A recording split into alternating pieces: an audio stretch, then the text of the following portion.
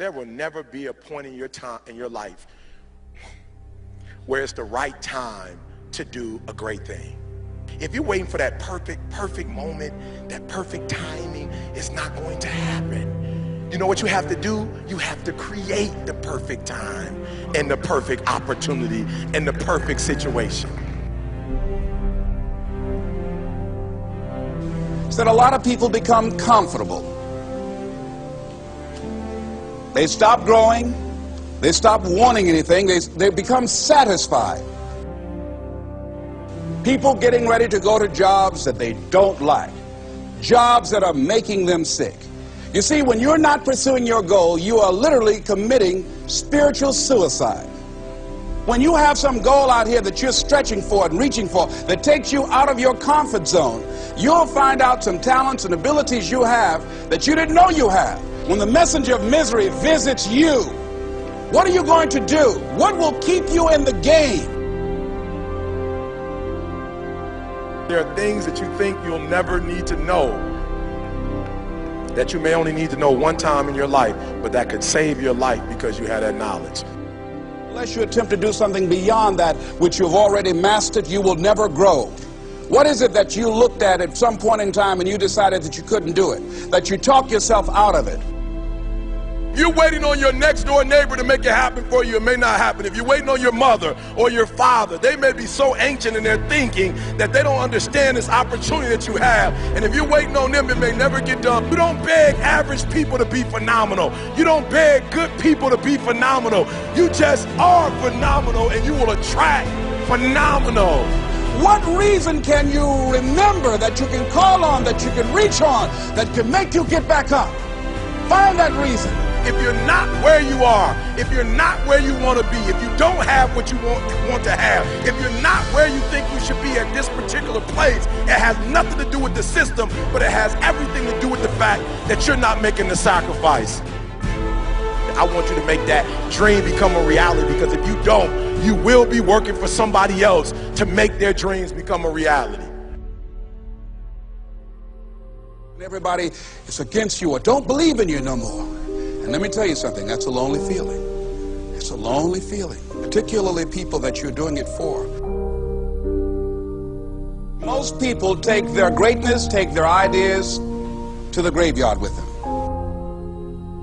Listen to me, if it was easy, everybody would do it. There are people right now who are working who don't want to work. There are people who hate their jobs, but they keep getting up to do it. The wealthiest place on the planet is the graveyard.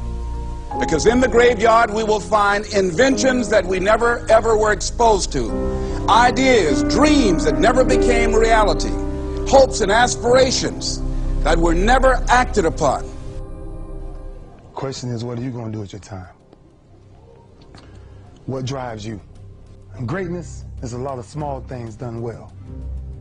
Day after day, workout after workout, obedience after obedience, day after day.